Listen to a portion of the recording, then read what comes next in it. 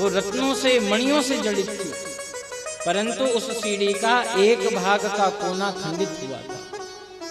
स्वामी जी ने कहा यदि अपने संपूर्ण संपदा को बेच करके भी तो इस सीढ़ी के एक कोने का निर्माण कर दे, हम तब भी मान जाएंगे। उसमें इतनी बहुमूल्य रत्न हीरे जवाहरात लगे हुए थे, और जैसे ही दर्शन कराया तो अकबर चरणों में गिर गया। यह भाव इसलिए बता रहे हैं, धन के मद में आकर, लौकिक लोकेशना के मद में आकर कोई वृंदावन जान सकता। आज ब्रह्मा जी यही कहना चाहते हैं नारायण, कि तूने भागवत जी को केवल धन के प्रतिरूप में खरीदना चाहा, धन के बदले में खरीदना चाहा, अमृत के बदले में। तो आज जो ही ब्रह्मा जी ने देखा इंद्र दुखी है, तो सत्यम लोकम तुलाबद्धा, सत्य लोक में तराजू लग गए, तराजू लगा, एक जी रखा, और जो ही तो ना श्रीमद् भाग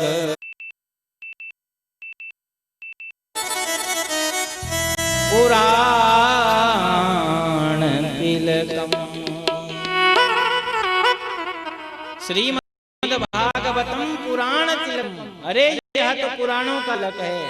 जैसे बिना तिलक के ब्राह्मण की शोभा नहीं, ऐसे ही पुराण पुरुष परमात्मा के भाल पर जब तक टीका ना लगे क्या शोभा होगी। तो पुराण में परमात्मा के जो भाल का टीका है वह क्या है बोलो, श्रीमद् भागवतम। तो इसलिए कहा जा रहा है श्रीमद् भागवतम पुराण तिलकम। तो यह वैष्णवों का परम धन है। तो इसको तो कैसे सुना जाएगा, जिज्ञासु मुमुक्षु उत्सुक होकर, अर्थार्थी होकर इस ग्रंथ को नहीं सुनना चाहिए। अर्थार्थी का अभिप्राय भगवान कथा करा दे, बच्चे पास हो जाए, भगवान प्रसाद बांट यह हो जाए, इतने का प्रसाद चढ़ा दूंगा। केवल भगवान के निमित्त ही इस कथा का लाभ लेना चाहिए। ठाकुर जी की ही प्राप्ति हो, ठाकुर जी के लिए ही कथा है और कुछ नहीं। तो मेरे प्रभु जी, तो भगवान सूत जी महाराज यह कथा शौनक आदि को सुना। कहा एक बार की बात है, श्री नारद जी के मन में विचार आया सारे तीर्थों का दर्शन करें। और जो ही सारे तीर्थों का दर्शन करा तो क्या देखा, सत्यम नास्ति। कहां गए थे, पुष्करम च प्रयागम च काशीम गोदावरी तथा। पुष्कर गए, प्रयाग गए, काशी गए, गोदावरी गए, कुरुक्षेत्रे हरिक्षेत्रे श्रीरंगम सेतु बंधनम। हर स्थान पर गए पर मन ना लगा। नारद जी बड़े दुखी हुए। अरे तीर्थ में जाकर दुनिया का मन लगता है, पर मेरा तो मन तीर्थ में जाकर लग ही नहीं रहा है। तो नारद जी ने क्या देखा, सत्यम नास्ति तपः शोचम दया दानम न विद्यते। अब तीर्थ में भी व्यक्ति झूठ बोल देता है, सत्यम नास्ति। तीर्थ पर गया था सच बोलने के लिए, तीर्थ पर गया था मन को समाहित करने के लिए, तीर्थ पर गया था ध्यान लगाने के लिए, तीर्थ पर गया था भजन करने के लिए, पर तीर्थ क्या बन गया, सैर सपाटे का। हम तीर्थ में जाकर कमियां ढूंढने लगे, यहाँ के व्यक्तियों में कौन सी कमियां हैं। वृंदावन तो अच्छा है पर यहाँ के व्यक्ति बड़े ऐसे, क्या करना है व्यक्तियों से। ठाकुर जी सो काम कीजे रंग महल की दासी,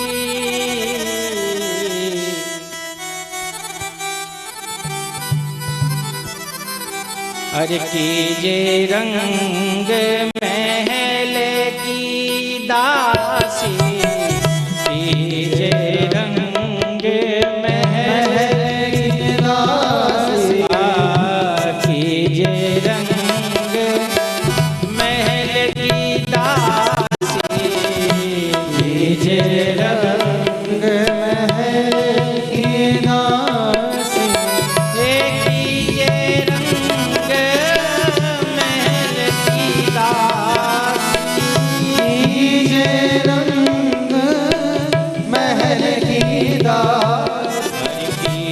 कीजे रंग महल की दास, कीजे रंग महल की दास।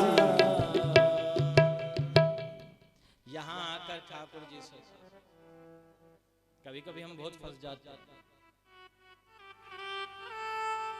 बराबर की गली में कौन रहते हैं, कैसे कैसे व्यक्ति है, मदिरा तो नहीं कोई पीता, आश्रमों के प्रत्येक कमरे का निरीक्षण कोई क्या कर रहा है। अरे हम कथा करने आए, सुनने आए हैं, किसी से कोई मतलब।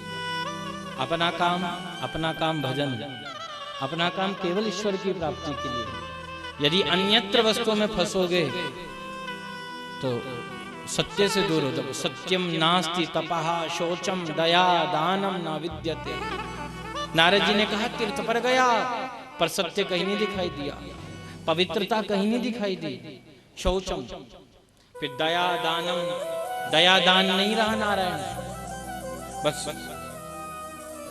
पेट भरने की इच्छा रही। उदरम भरणो जीवो वराका, कि पेट कैसे भरे। सुबह खाया, दिन की चिंता, दिन को खाया, शाम की। नारद जी ने कहा ये मैंने देखा, पर जब मेरा किसी तीर्थ में, किसी क्षेत्र में मन ना लगा तो मैं चलते चलते श्री धाम वृंदावन में आया। और जब मैं वृंदावन में आया महाराज, तो मैं यहाँ के कुंज महल में जाकर विराजा। सारा वृंदावन अब तो भौतिक उपकरण और व्यवस्था होगी, जब कुंज हुए तब तो महिमा न। जब परीक्षित जी संसार छोड़कर चले गए,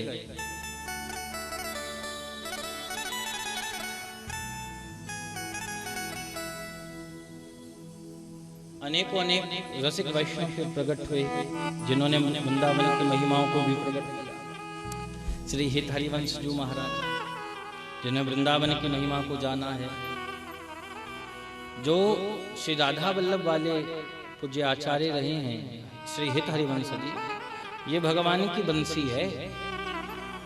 बंसी का अवतार श्री हित महाप्रभु के रूप में हुआ।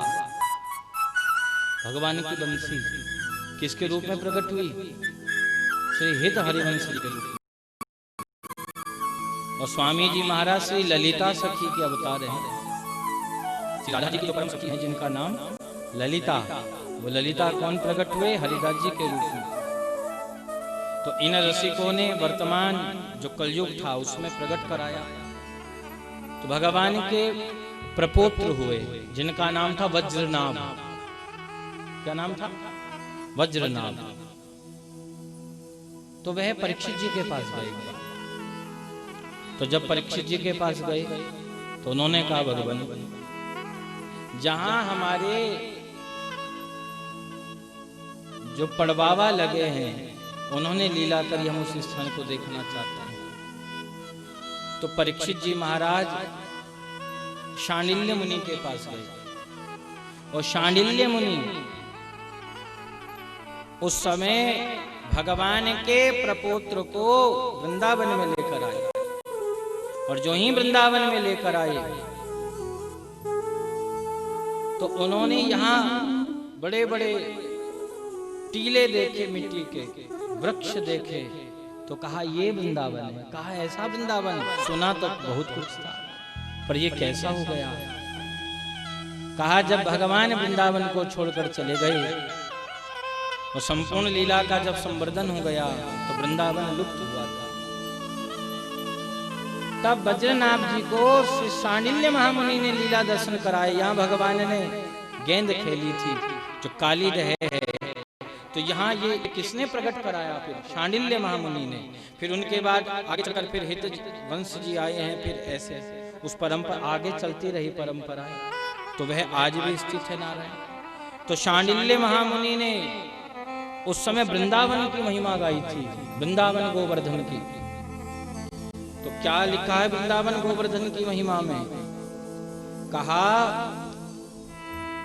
कि गंधमादन की यात्रा करने पर जो फल श्रुति है उससे करोड़ गुना फल श्री वृंदावन गिरिराज के दर्शन का है। कहा केदार नामक तीर्थ में 5000 वर्ष तक जो तपस्या करते हैं,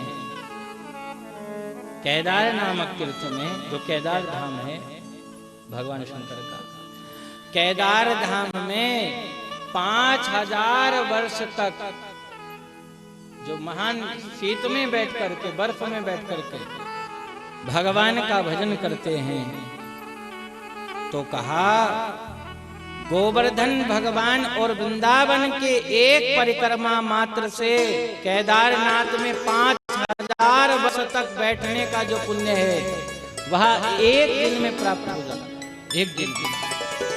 तो कहा मलयाचल पर्वत पर एक भार स्वर्ण के दान का जितना पुण्य है, उससे करोड़ों गुना पुण्य श्री गिरिराज महाराज पर एक परिक्रमा और एक पुष्प चढ़ाना, ऐसी अनंत महिमा है। और यहां तक कहा गया जो मंगल प्रस्थ पर्वत पर सोने की दक्षिणा का दान देता है, तो कहा वह विष्णु के सारूप्य को प्राप्त करता है। और कहा भगवान जो मंगल प्रस्थ पर्वत पर स्वर्ण की दक्षिणा 1 करोड़ ब्राह्मणों को दान देने का महत्व है, वही महत्व श्रीधाम वृंदावन और गोवर्धन में एक अन्न के दान का और 1 रुपये के दान के महत्व के बराबर है। इतनी महिमा बोलो श्री वृंदावन धाम की। तो कहा नारायण गिरिराज के समान और वृंदावन के समान कोई पुण्य क्षेत्र नहीं है। कौन कह रहा है? श्री सांडिल्य महामुनि। किसको कह रहे हैं? श्री वज्रनाभ। तो कहा गया ऋषभ पर्वत, कूट पर्वत, कौल पर्वत पर जो सोने से मड़ी हुई 1 करोड़ गाय का दान करता है, वह वृंदावन गिरिराज में यदि एक ब्राह्मण को भोजन करा दे तो उन्हें 1 करोड़ स्वर्ण से मंडित गौ दान का फल श्रुति प्राप्त होती है। कहा राजन यह ऋषि पर्वत, सह्यगिरि, देवगिरि, संपूर्ण पृथ्वी की यात्रा करने पर जितना फल है वही फल श्री गोवर्धन महाराज या वृंदावन में 1 कदम चलने पर व्यक्ति को प्राप्त हो जाता है। ऐसी वृंदावन धाम की महिमा नारायण। कहा श्री शैल पर्वत पर, श्री शैले मल्लिकार्जुनम, श्री शैल पर्वत पर 10 वर्षों तक जो विद्याधर नामक कुंड में प्रतिदिन स्नान करते हैं और जो 100 यज्ञों को वहां करते हैं, तो वहां वृंदावन में यमुना के स्नान से और गोवर्धन में राधा कुंड के स्नान से फलश्रुति प्राप्त हो जाती है। इतनी महिमा।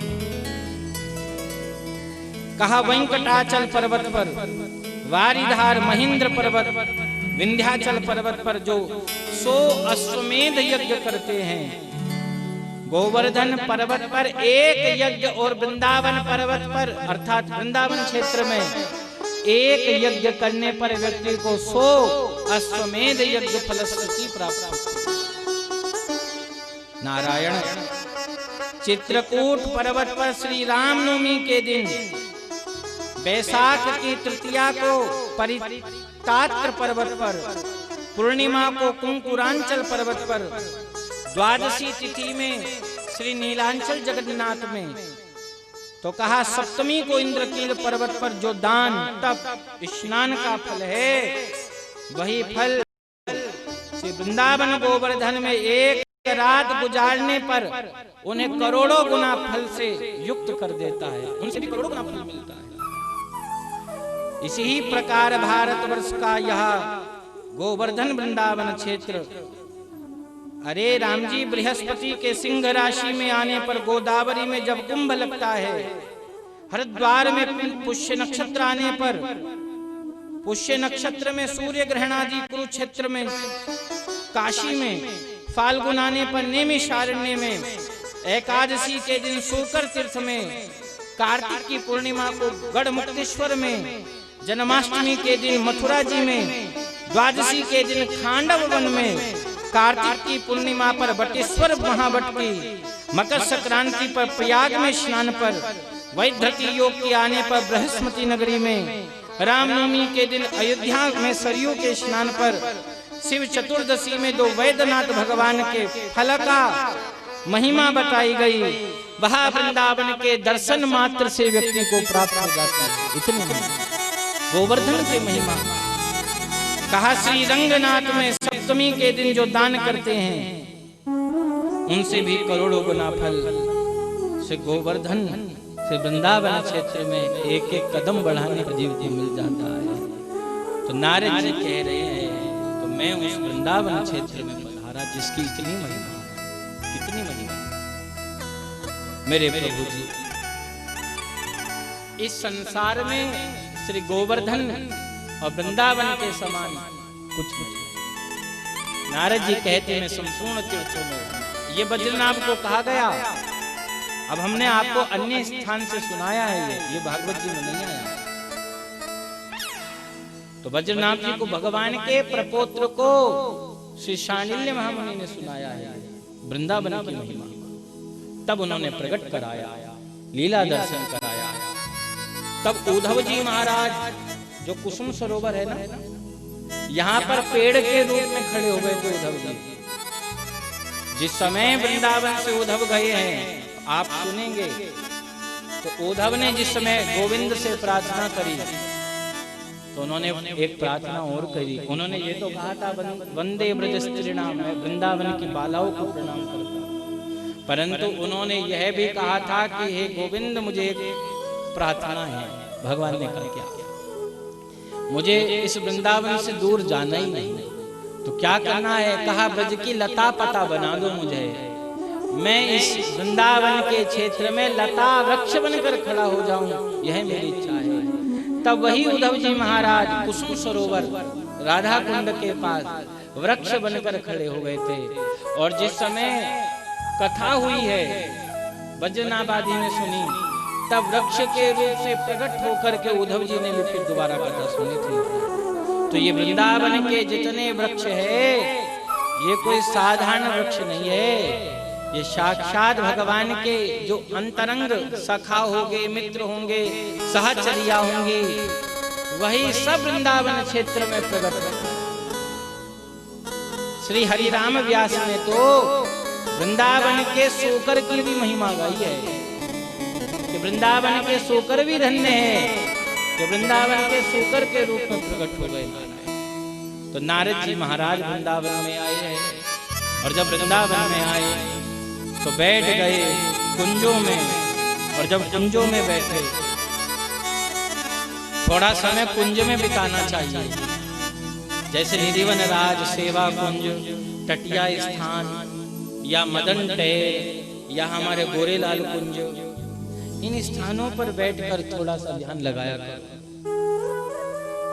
अनुभव हो जाएगा यहाँ की दिव्य उस ऊर्जा का। नारायण तो नारद जी कह रहे हैं बोलो श्री वृंदावन धाम की। अरे सब धामों से धाम निराला श्री वृंदावन धाम। बोला करो ना, सब धाम निराला श्री वृंदावन धाम। सब धाम से धाम निराला श्री वृंदावन धाम। सब धामों से धाम निराला श्री वृंदावन धाम। हर सब धाम धाम निराला श्री वृंदावन धाम। सब धामों से धाम निराला श्री वृंदावन धाम। सब धाम निराला श्री वृंदावन धाम। सब धामों से धाम निराला श्री वृंदावन धाम। हरे कुंज कुंज में लता लता प्यारे श्यामा श्याम। मेरा वृंदावन प्यारा, मेरा वृंदावन प्यारा, ओ मेरा वृंदावन प्यारा, मेरा धाम निराला। ओ मेरा वृंदावन प्यारा, मेरा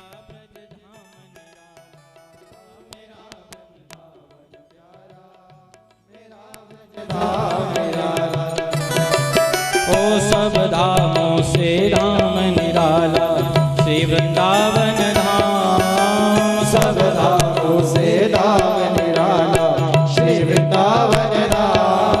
हर कुंज निकुंज में जहाँ विराजे, प्यारे श्यामा श्याम मेरा वृंदावन प्यारा, मेरा ब्रज धाम निराला। ओ मेरा वृंदावन प्यारा, मेरा ब्रज धाम निराला। बोलो श्री बिहारी जी महाराज की जय हो, श्री वृंदावन धाम की जय हो।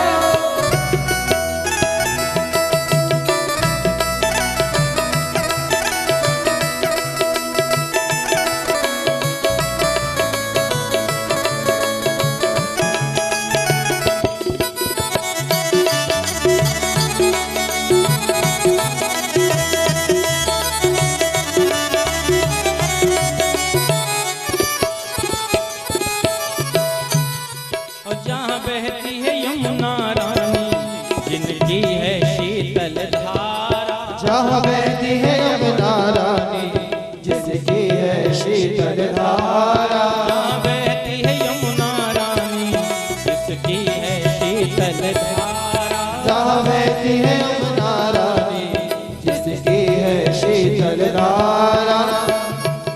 और कण कण में श्याम विराजे, जरा देखो आके नजारा। कण कण में श्याम विराजे, जरा देखो आके नजारा। कण कण में श्याम समाए, जरा कर देखो नजारा। कण कण में श्याम विराजे, जरा कर देखो नजारा। ओ गली गली में श्याम विराजे, ओ गली गली में संत विराजे, रटते कृष्ण को नाम। मेरा वृंदावन प्यारा, मेरा ब्रज धाम निराला। मेरा वृंदावन प्यारा, मेरा ब्रज धाम निराला। हाँ, मेरा वृंदावन प्यारा, मेरा ब्रज धाम निराला। मेरा वृंदावन प्यारा, मेरा ब्रज धाम निराला। हर सब धामों से, हरि सब धामों से धाम निराला, श्री वृंदावन धाम। सब धामों से धाम निराला, श्री वृंदावन धाम। हर कुंज निकुंज में जहाँ विराजे, प्यारे श्यामा श्याम मेरा वृंदावन प्यारा, मेरा ब्रज धाम निराला। मेरा वृंदावन प्यारा, मेरा ब्रज धाम निराला। बोलो श्री बिहारी जी महाराज की जय हो। बोलो राधा रमण लाल की जय हो।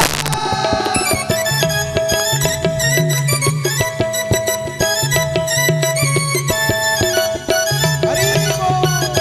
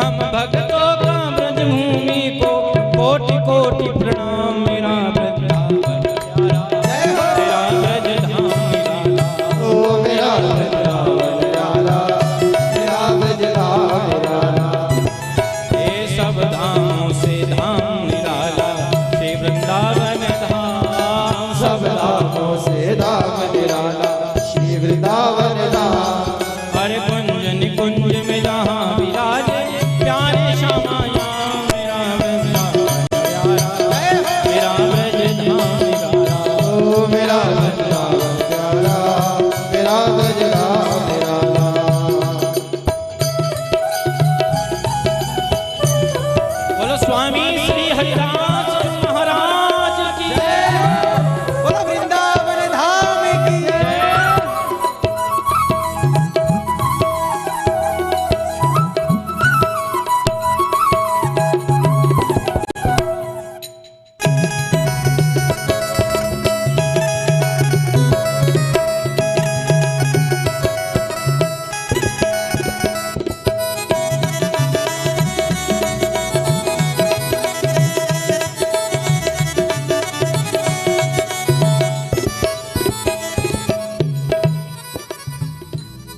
इनकी कृपा का हर पल यहाँ लुटता है भंडार। इनकी कृपा का हर पल यहाँ लुटता है भंडार। इनकी कृपा का हर पल यहाँ लुटता है भंडार। इनकी कृपा का हर पल यहाँ लुटता है भंडार। मिलता यहाँ पर सबको बांके ठाकुर का प्यार। मिलता यहाँ पर सबको बांके ठाकुर का प्यार। युगल चरण में आकर तुझको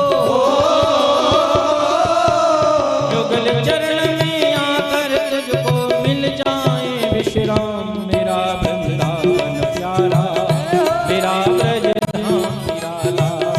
मेरा वृंदावन प्यारा मेरा ब्रज धाम निराला। हरि सब धामों से धाम निराला श्री वृंदावन धाम। सब धामों से से धाम निराला श्री वृंदावन धाम। हर कुंज निकुंज में जहाँ विराजे प्यारे श्यामा श्याम। मेरा वृंदावन प्यारा मेरा ब्रज धाम निराला। मेरा वृंदावन प्यारा मेरा ब्रज धाम निराला। कान्हा खो गया मेरा दिल तेरे वृंदावन में। कान्हा खो गया तेरा दिल तेरे वृंदावन में। तेरे वृंदावन में तेरे कुंजन में तेरे वृंदावन में तेरे कुंजन में।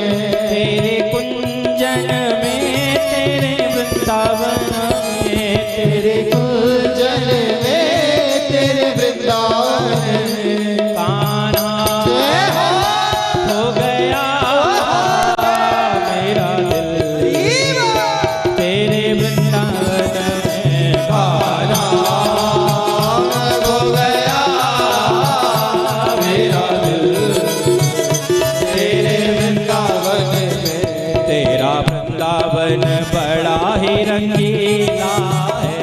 तेरा वृंदावन बड़ा ही रंगीला। जहाँ होती नित नई लीला है। होती नई नित्य लीला है। जहाँ खिलते हैं फूल भी जाओ तो जहाँ खिलते हैं फूल बिजाओ में। जहाँ खिलते हैं फूल बहारों में। जहाँ खिलते हैं फूल बहारों में। कान्हा हो गया मेरा दिल तेरे वृंदावन में। कान्हा हो गया मेरा दिल तेरे वृंदावन में। मेरा ना ना ना ना ना ना ना ना तेरा राधा राधा राधा राधा राधा श्री राधा। तेरा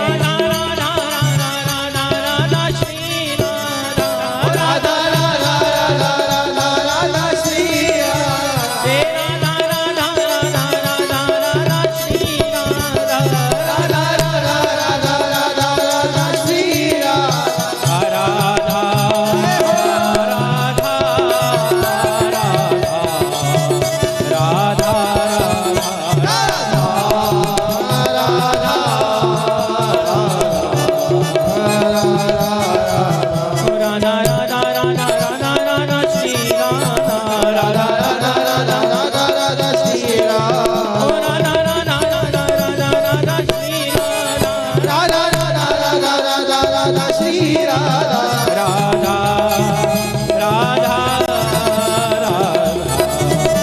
राधा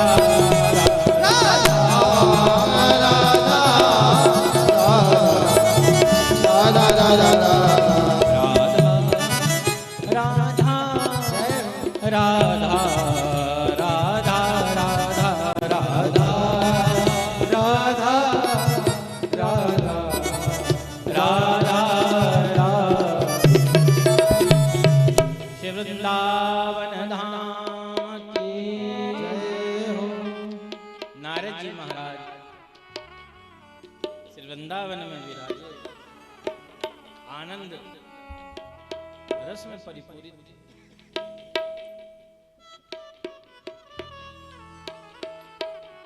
तभी किसी के रोने की आवाज आई। जो ही रोने की आवाज आई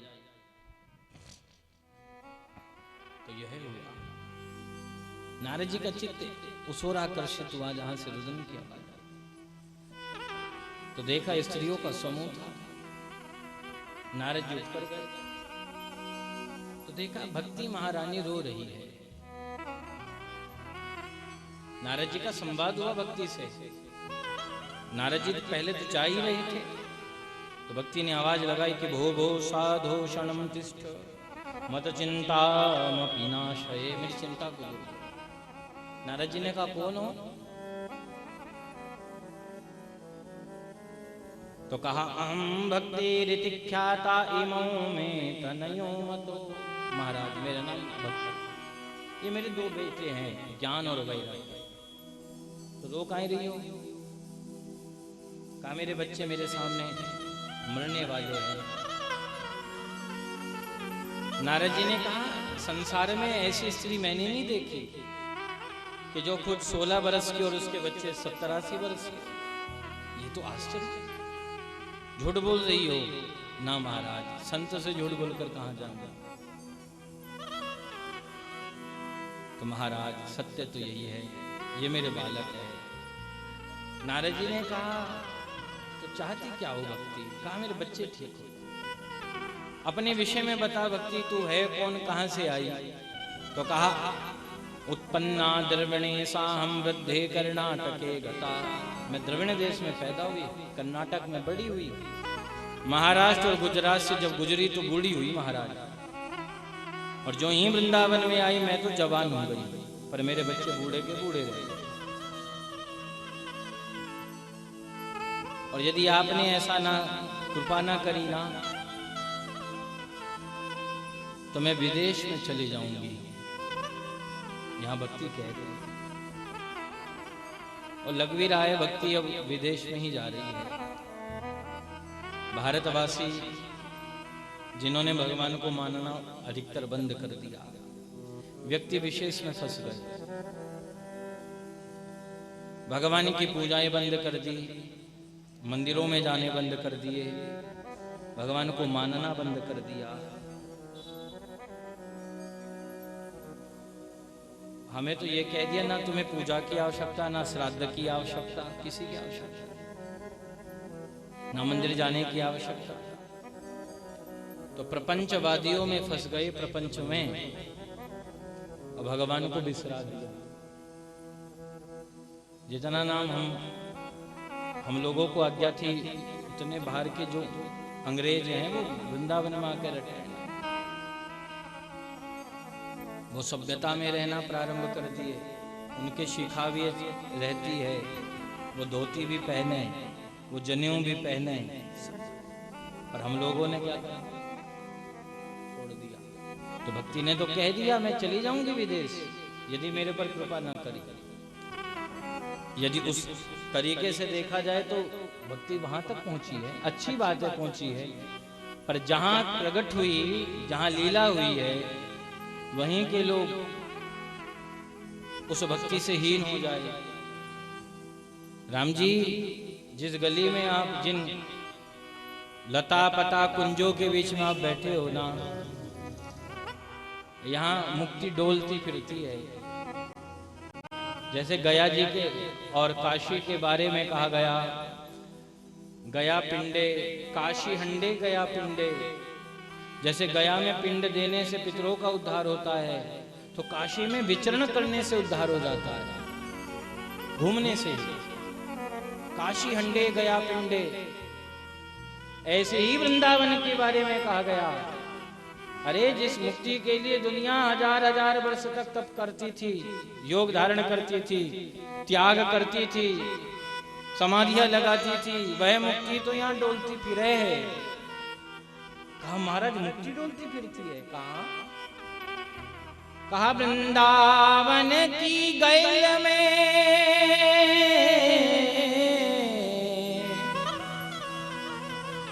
मुक्ति पड़ी मंडराए,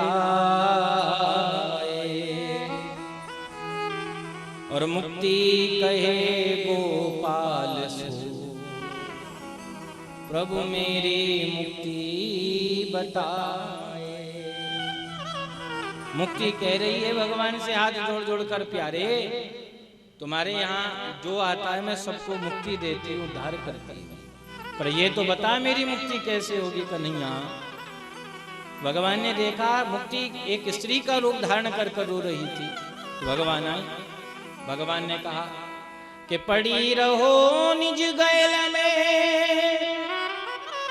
और संत रसिक चली आए, और उड़ उड़ रज मस्तक पड़े, तो मुक्ति मुक्त हो जाए। इस वृंदावन में किसी संत की रज यदि मस्तक पर पड़ गई, इतने रसिक वैष्णव इस गलियों से गुजरते हैं, पता नहीं किसने 1 करोड़ भजन ना करा हो, 1 करोड़ नाम ना जपा हो। ऐसे ऐसे भक्त हैं जो पूरे 24 घंटे में 3 बार गोवर्धन जी की परिक्रमा देते हैं। ऐसे ऐसे भक्त हैं जो सुबह भी वृंदावन की परिक्रमा देवे, शाम को भी यमुना जी का जल पीवे, केवल चने खाकर जीवन गुजार रहे हैं। उनका भजन कितना धन्य होगा। और ऐसे भक्त जब गलियों से गुजरे और उनकी रज यदि हमारे शरीर पर स्पर्श हो जाएगा, फिर तो यह होगा, तो फिर हमें यहाँ मुक्ति मांगने की भी आवश्यकता नहीं होगी। मुक्ति कहे गोपाल सो, प्रभु मेरी मुक्ति बता। आज भक्ति कह रही नारायण मेरा उद्धार करो। नारद जी ने कहा मैं कुछ नहीं कर सकता, सब हरि के हाथ, सब प्रभु के हाथ। अब तो यह हुआ मेरे नाथ। नारद जी विचार कर रहे हैं क्या करें। नारद जी ने कथाएं सुनाई, मंत्र जपे, शंख बजे,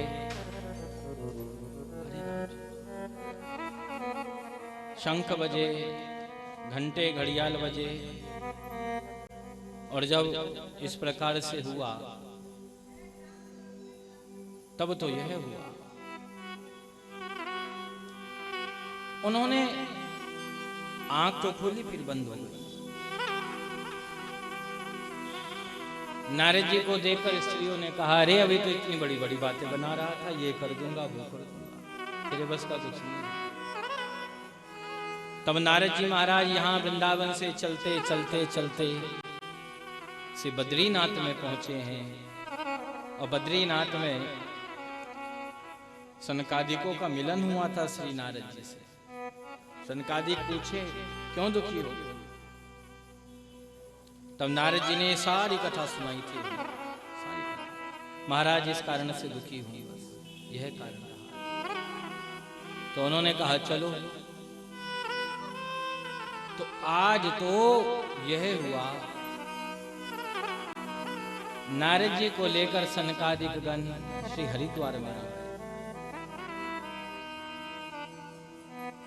संत जहां ले चले, संत की सन्निधि तारती है, संत की जो संग है वही तार देता है। नारायण हमारा भजन भी चाहे इतनी उच्च कोटि का न हो, परंतु संत के निकट है तर जाएगा। संत का बड़ा भारी प्रभाव है। तो नारद जी को सनकादिकों ने कथा सुनाई है, और जब कथा सुनाई तो देवता मंडली बना बना कर आ रहे हैं, पत्नियां, उनके बच्चे, परिकर, ऋषि मुनि पधार गए। पहले नारद जी को लग रहा था मैं अकेला कथा सुनूंगा, जैसे आज की स्थिति है ना, हमें भी लग रहा था कि जैसे सनकादिकों ने अकेले नारद जी को कथा सुनाई थी ना, तो नारद जी को भी यही भय था, कौन सुनेगा, कौन उपस्थित होगा। पर जब धीरे धीरे धीरे धीरे कथा की गर्जना हुई, जो ही भागवत जी की टंकार गूंजी संपूर्ण भूखंड पर, गर्जना हुई, बोलो भागवत भगवान की जय हो। देवता विमान में स्थित होकर आने लगे, धीरे धीरे, एक आया, दो आया, दो। नारद जी की जब कथा शुरू हुई, नारद जी सुने, थोड़ी देर बाद जब मुंह घुमा के देखो पीछे भीड़ लगी पड़ी। नारद जी बड़े प्रसन्न कि मुझे ये लग रहा था मैं अकेला सुन रहा। और जो ही कथा प्रारंभ हुई, उद्धव जी आ गए, प्रहलाद आ गए, नाना महामुनि पधारे हैं, ऋषिवर पधारे, ताल मृदंग लेकर सबने संकीर्तन प्रारंभ किया। श्री कृष्ण गोविंद हरे मुरारे, हे नाथ नारायण वासुदेव। और जब यह गाया जाने लगा तो कहा वृंदावन में पड़े हुए ज्ञान और वैराग्य के शरीर में परिवर्तन होना शुरू हो गया। हम संत को याद करें, अच्छी बात है, पर जिस दिन संत हमें याद कर ले वो बड़भागी दिन होता है। हम भगवान को याद करें बहुत अच्छी बात है, पर जिस दिन ठाकुर जी याद कर ले तब गजब की बात है। हम तो रोज ही उन्हें बुलाते हैं, पर जिस दिन वो हमें बुला ले कि भैया अब मैं तो रोज तुम्हारे घर आता ही हूं, अब तुम मेरे घर आ जाओ, तो भगवान याद किए हैं।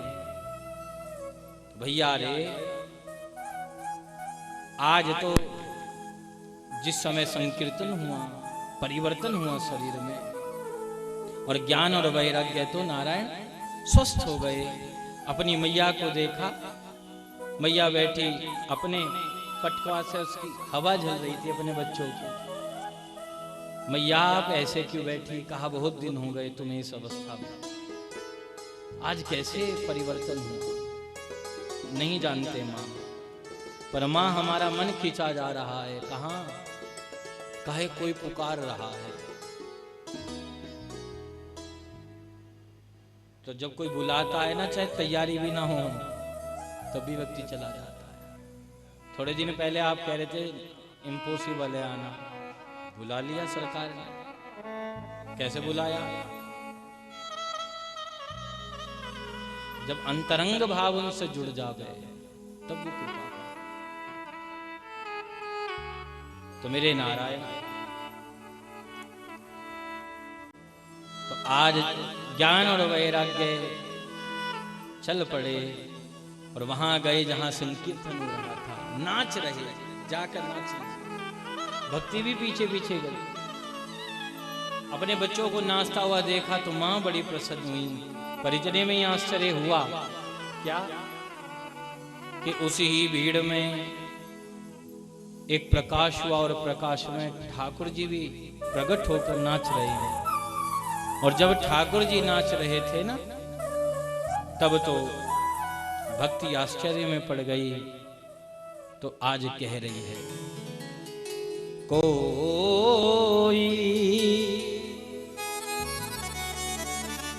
घनश्याम सा नहीं देखा,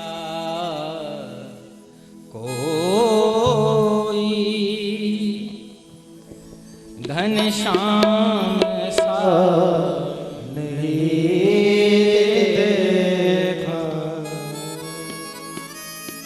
कि जो भी देखा वो बेवफा देखा,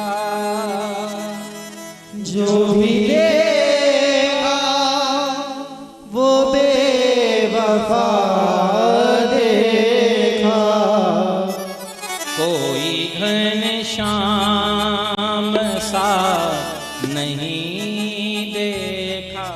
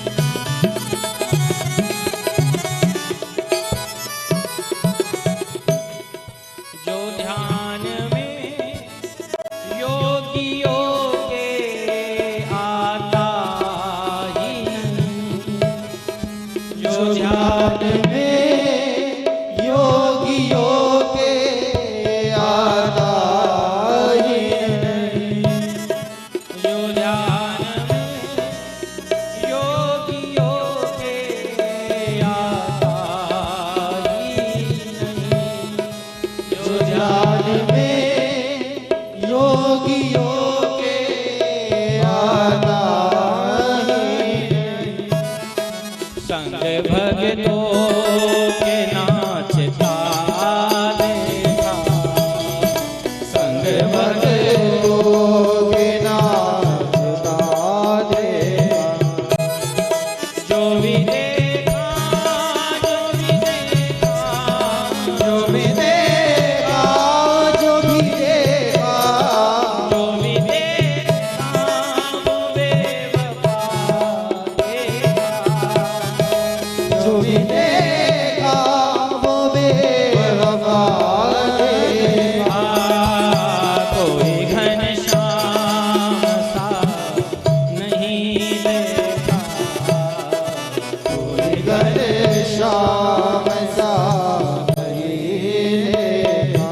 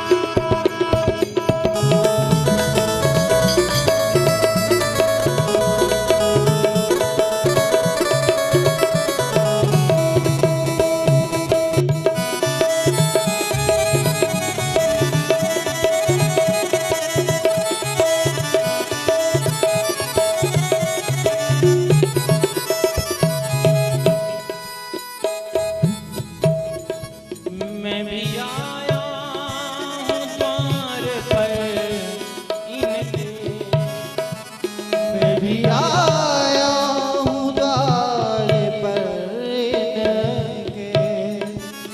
मैं भी आया हूँ द्वार पर इनके। मैं भी आया हूँ द्वार पर इनके। कब आए हैं? जब कोई आसरा नहीं है, जब कोई आसरा नहीं देगा। ओ जो भी देखा, जो भी देखा, जो भी देखा, जो भी देखा, जो भी देखा वो बेवफा देखा। जो भी देखा वो बेवफा देखा। कोई घनश्याम सा नहीं देखा, कोई घनश्याम सा नहीं देखा। कोई घनश्याम सा नहीं देखा। कोई घनश्याम सा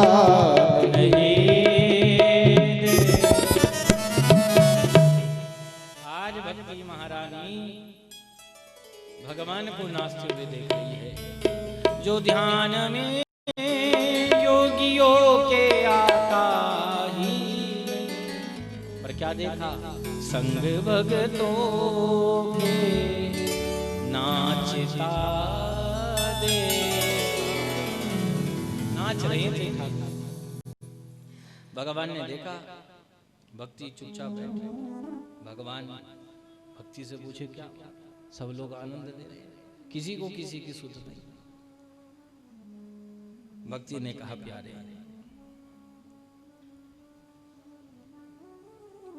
हार गई थी दुनिया को पुकार पुकार कर, अब मूल आधार मिला है। अब एक ही चीज चाहती हूं, जैसे मेरी बिगड़ी बनाई ऐसी सबकी बनाना। भगवान ने कहा प्यारी, बनाता तो मैं ही सबकी बिगड़ी हूं, करता तो मैं ही सबके काम हूं, पर व्यक्ति अभिमान से फिर कह देता मैं कर रहा हूं। करने वाला मैं, सब कुछ सूत्रधार मैं हूं, पर फिर भी व्यक्ति अभिमान के वशीभूत होकर कह देता मैं कर रहा हूं। प्यारी मैं ही सबके काम, मैं काम ना आता तो दुनिया में जो गरीब जन हैं फिर उनकी कोई ना सुनता। बिंदु जी महाराज यहाँ के महान कवि हुए हैं, बड़े भारी रसिक हुए बिंदु जी महाराज। रोज एक पद सुनाते थे। जब बुखार चढ़ गया, एक बार बुढ़ापा आया, बुखार चढ़ गया, खड़ा नहीं होया जा रहा था, तड़प उठी ऐसी कि बिहारी जी को सुनना चाह रहे हैं। चादर ओढ़ी, शिष्य को कहा छोड़। शिष्य ने कहा शरीर में सामर्थ्य नहीं है, क्या कर। चले गए। तो जो कटघरे है ना, कटघरे जो ऊपर वो जीना चढ़ के सीढ़ियां चढ़ के यूं झांक झांक के देखते हैं ना, वो कटघरे हैं। ठाकुर जी अंदर जज बैठे हैं, खड़े थे बिंदु जी महाराज कटघरे में। कटघरे में खड़े होकर जो ही झांका सरकार को, तब वाणी से निकल पड़ा, कृपा की न होती जो आदत तुम्हारी, तो सुनी ही रहती अदालत तुम्हारी। गरीबों की दुनिया है आबाद तुमसे, गरीबों से है बादशाहत तुम्हारी। तो गरीबों के दिल में जगह तुम ना पाते, तो किस दिल में होती हिफाजत तुम्हारी। तो कृपा की न होती जो आदत। तो ठाकुर जी तो कृपा बनते हैं, कृपा बनते हैं। भगवान कह रहे हैं यदि मैं कृपा ना करूं तो कौन कृपा करेगा। मैं ही सबके काम आता, मैं ही सबकी बिगड़ी बनाता। पर व्यक्ति इतना अभिमानी है, इतना अहंकार करे है, सब कुछ करने वाला मैं, देने वाला मैं, फिर कहीं चलाता है। तो देवी तूने ये कहा कि जैसे मेरी बिगड़ी बनाई बनाना, परंतु हाँ बना रहा हूं मैं, पर स्वीकार भी जीव को करना चाहिए। प्रभु आपकी कृपा से सब काम। कहने लगी जैसे हमारे पुकार करने पर आप पधारे, जब भी आपके भक्त आपको पुकारे आप अवश्य। भगवान ने कहा मैं अवश्य आऊंगा। भगवान का वादा है ना हम बसा में बैकुंठे, मैं बैकुंठ में नहीं रहूंगा, ना मैं साकेत ना गोलोक में रहूंगा। अरे मेरे भक्त मुझे जहां पुकारेंगे मैं तो अपने भक्तों के बीच में। तो बिहारी बिहारिणी जी की ही कृपा, वही निमित्त, वही सब कुछ है, उन्हीं की कृपा है बस। वही आधार होकर, वही सूत्रधार है, वही यजमान है, सब कुछ वही है, वही सुन रहे हैं। ऐसा कभी देखा नहीं गया जौन कथा में यजमान ना आया, कथा चल रही हो। मेरे जीवन की आज तक ऐसी कोई कथा नहीं हुई जिसमें यजमान परिवार का व्यक्ति एक ना आया हो, और कथा ठाकुर जी की कृपा से चली। तो कृपा किसकी? ठाकुर जी की। प्रबंध कौन कर रहा है? स्वयं बिहारी जी कर रहे हैं। आपको 1 2 5 10 20 को खींच खींच के कौन लाया? ठाकुर जी लाए। तो भैया ये उन्हीं की तो कृपा है। नहीं तो व्यक्ति हाथ उठा देता, भाई मेरा काम, जो कराने वाले वही ना पहुंचे। पर ये हम लोगों की मानवीय दृष्टि है। पर यदि दूसरी दृष्टि से देखें, कराने वाले तो ठाकुर जी है, बिहारी जी है। यदि उनकी इच्छा है तो हो रही है। तो आज भक्ति के ऊपर कृपा कर दी सरकार ने, और जो ही कृपा कर दी भैया,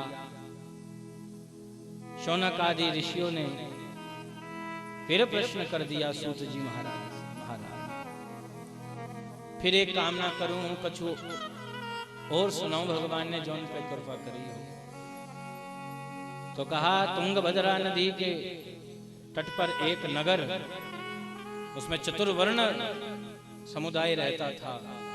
वहीं एक ब्राह्मण रहते थे जिनका नाम था आत्मदेव। तो तुंगभद्रा यही है तुंगभद्रा। तुंग माने ऊंचा, भद्र माने कल्याण।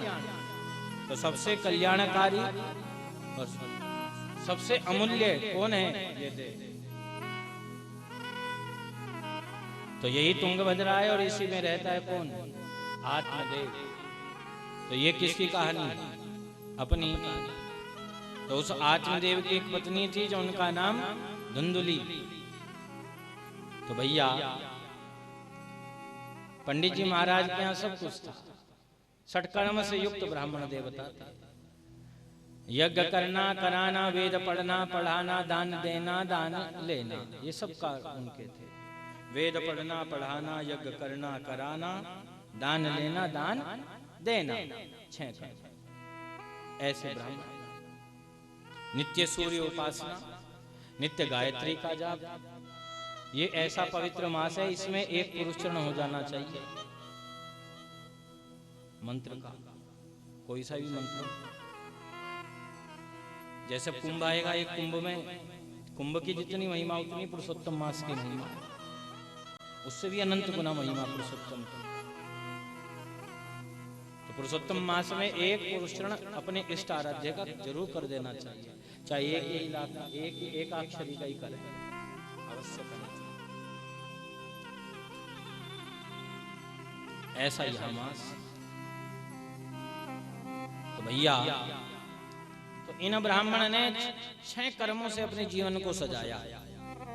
ठाकुर जी की कृपा से सब कुछ था, पर यदि कुछ कमी रह गई जीवन में तो संतान की कमी रह गई। ये संतुष्ट थे, परंतु बार बार लोग टोकते थे।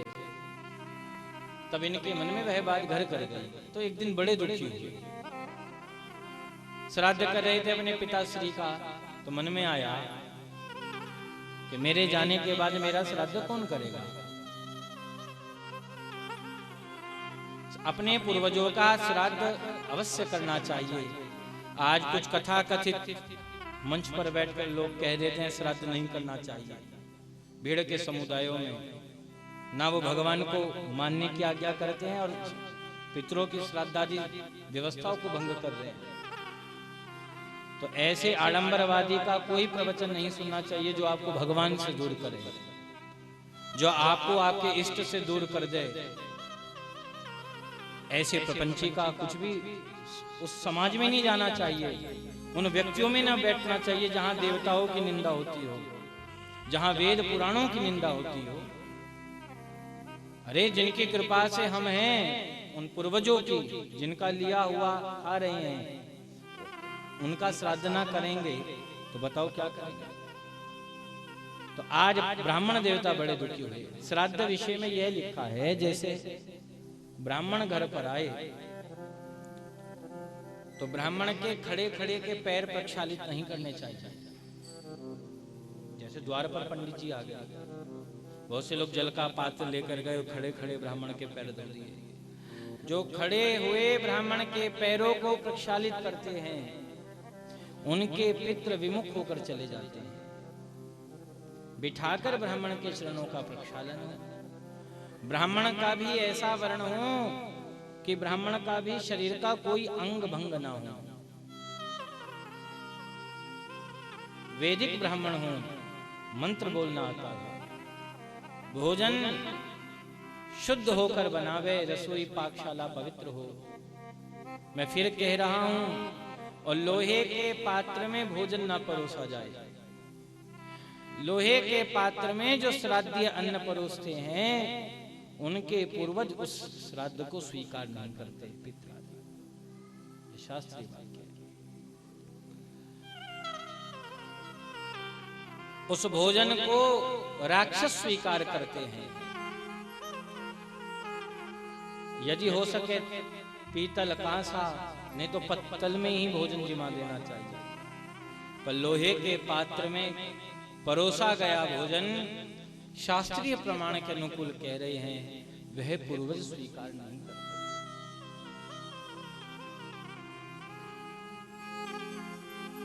दूसरा, स्त्री के श्राद्ध में स्त्री नहीं जिमानी चाहिए, ब्राह्मण जिमाना चाहिए। बहुत सी जगह परंपरा लोगों ने बना दी, और स्त्री का श्राद्ध है, चलो स्त्री को ही जिमाओ, ब्राह्मण को। ब्राह्मण का वर्ण करके सपत्नी की स्त्री बुलाई जा सकती है, परंतु अकेले स्त्री का भोजन नहीं कराना चाहिए। और यहां तक लिखा है, जो संत बन गया हो, संत को तेजस पदार्थ के पात्र में भोजन प्रसाद नहीं देना चाहिए। तेजस माने पीतल, कांसा, तांबा, तेजस पदार्थ, पत्तल आदि में भोजन करना। बहुत सारे नियम लिखे हैं। तो आज यह कहा गया, राम जी ब्राह्मण बड़े दुखी हुए कि हम श्राद्ध कर रहे हैं, पर मेरे जाने के बाद मेरा श्राद्ध कौन करेगा? दुखी हो गए। अब नदी किनारे जाकर बैठ गए। एक तालाब था, वहां बैठे दुखी है, रो रहे हैं। और जब रो रहे थे नारायण, तभी एक ब्राह्मण आ गए, संत रूप में थे। तो पूछा, क्या बात, क्यों दुखी हो? कहा, महाराज संतान इसलिए दुखी हो। संत ने कहा, न चंद्रस्य सुखम न चक्रवर्ती। इस संसार में कोई सुखी नहीं है, न इंद्र सुखी है, न चंद्रस्य सुखम न चक्रवर्ती, न कोई चक्रवर्ती राजा सुखी है। किसी ना किसी को किसी ना किसी प्रकार की चिंता जरूर है। कोई तन दुखी, कोई मन दुखी, कोई धन बिन फिरत उदास, थोड़े थोड़े सब दुखी, सुखी राम को दास। सुखी राम को। कहा, महाराज बातें मत बनाओ, ये प्रवचन हमें मत दो। यदि संतान तुम्हारे बस में हो तो संतान का आशीर्वाद दो। संत ने सोचा, ये मानने वाला नहीं है, जब तक अनुभव में नहीं उतरेगा तब तक कैसे मानेगा। तो एक फल दे दिया। कहा, यह फल जाकर पत्नी को खिलाना। पत्नी गर्भवती होगी। चल पड़ा। धुंधली को आवाज लगाई, प्यारी देख, तेरे लिए फल लाया हूं, फल भक्षेण गर्भः, फल को खाते गर्भवती हो जाओगी। धुंधली आश्चर्य में पड़ी, परंतु फल ले लिया। और जैसे ही फल लिया, त्यों ही यह हुआ।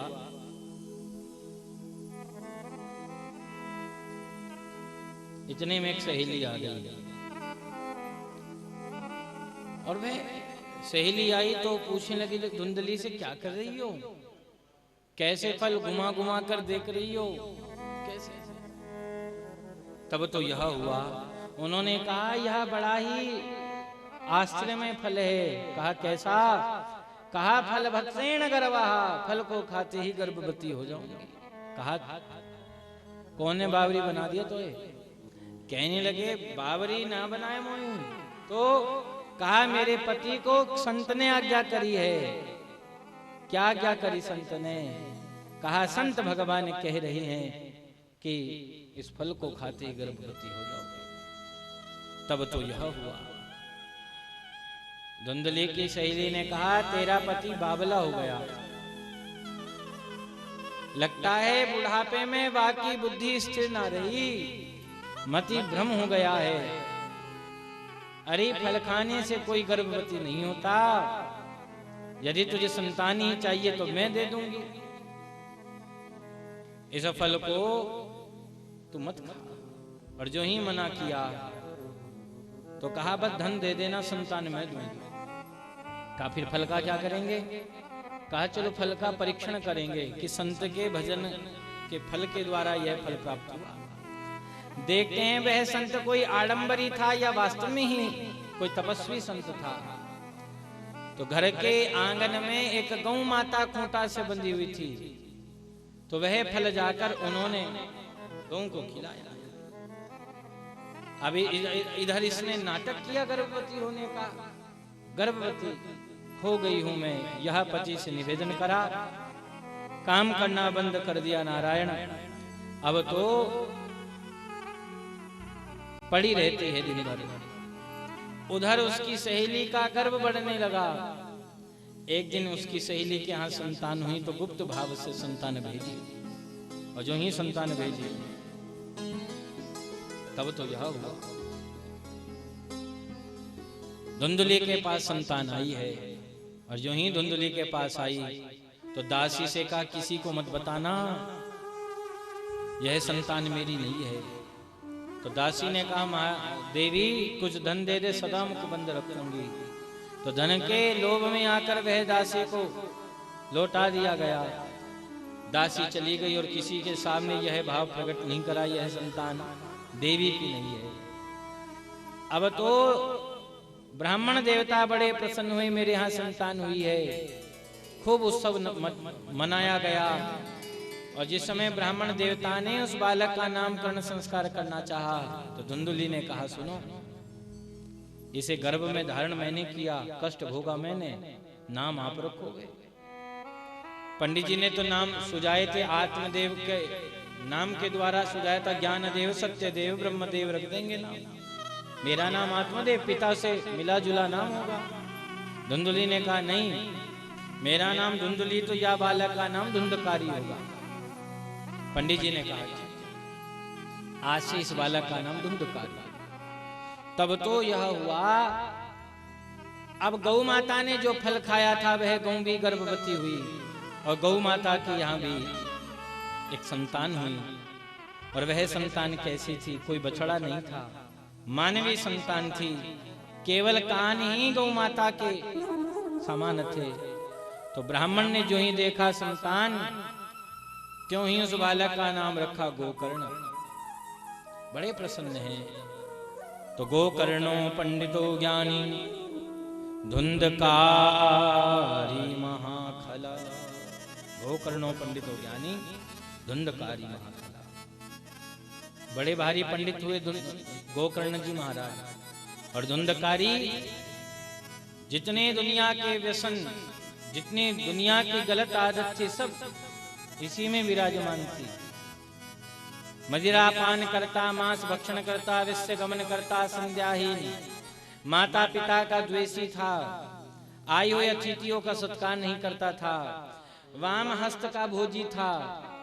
राम जी, देवताओं ब्राह्मण गौ को देखकर प्रणाम निवेदित नहीं करता था, असत्य भाषणी लोगों में विराजता था, लोगों का परिहास करना, लोगों के घरों में आग लगा देना, ईंधन में आग लगा देना, गौ माता के जो गौशाला होती उन्हें उजाड़ देता, गौ माता के बछड़ों की पूंछ बांध देता। ऐसा यह महा अधमाती अधम जीव था। एक दिन वेश्या ने इससे धन मांगा, कहा मुझे धन ला कर दो। तो धन के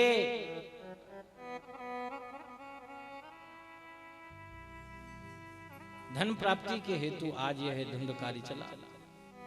मदिरा तो पी हुई थी, और जाकर नशे में अपनी मैया से कह रहा है पैसा दे। माँ ने कहा कौन सा पैसा? कहा जो तैने छुपा कर रख रखा है, जिस धन पर तू नाग के समान कुंडली मारे बैठी है, यह संपूर्ण धन तो मेरे पिता के द्वारा उपार्जित धन है, इस पर अपना स्वामित्व जमाती हो, यह धन हमें दो। माँ ने कहा दुष्ट कहीं के, लगता है तेरी मति भ्रमित हो गई मदिरा के नशे में, तुझे यह पता नहीं, यह वाणी का स्खलन तेरी बुद्धि का परिचय करा रहा है। तेरी बुद्धि इस समय तेरे वशीभूत नहीं है,